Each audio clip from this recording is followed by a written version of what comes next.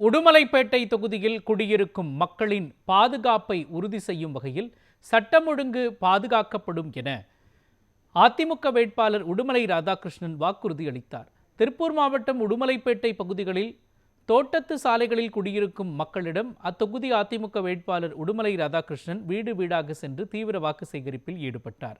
அப்பொழுது சமீப காலங்களில் தோட்டத்து சாலையில் குடியிருக்கும் மக்களிடம் கொலை மற்றும் கொள்ளை சம்பவம் நடப்பதை தடுக்கும் வகையில் சட்டம் ஒழுங்கு பாதுகாக்கப்படும் என்று அவர் உறுதியளித்தார்.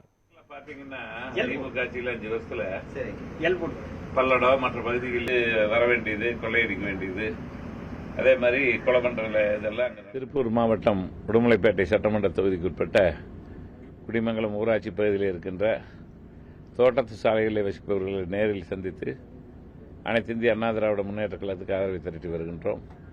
அதேபோல் நாங்கள் எங்களுடைய அண்ணன் எடப்பாடி அவர்கள் முதலமைச்சராக வர வேண்டும் என்று இன்றைக்கு அனைத்து பகுதிகளிலும் பிரச்சாரம் செய்து வருகின்றோம். குறிப்பாக சொல்ல வேண்டும் என்று சொன்னால், தமிழ்நாட்டில் சட்டம் ஒழுங்கு சீர்கேடு, குறிப்பாக கோவை மாவட்டத்தில் ஆனாலும் சரி, நம்முடைய திருப்பூர் மாவட்டத்தில் பல்வேறு இடங்களிலே தோட்டத்து சாலைகளிலே கொள்ளையடிப்பது, கொலை பண்ணுவது என்பதெல்லாம் கடந்த ஆண்டுகளிலே பல இடங்களிலே நடைபெற்றது. இதையெல்லாம் கண்டித்து நாங்கள் முதன்முறையாக தமிழகத்திலேயே நாங்கள் தான் ஆர்ப்பாட்டம் நடத்தினோம், சட்டம் ஒழுங்கு சீர்கேட்டை கண்டித்து.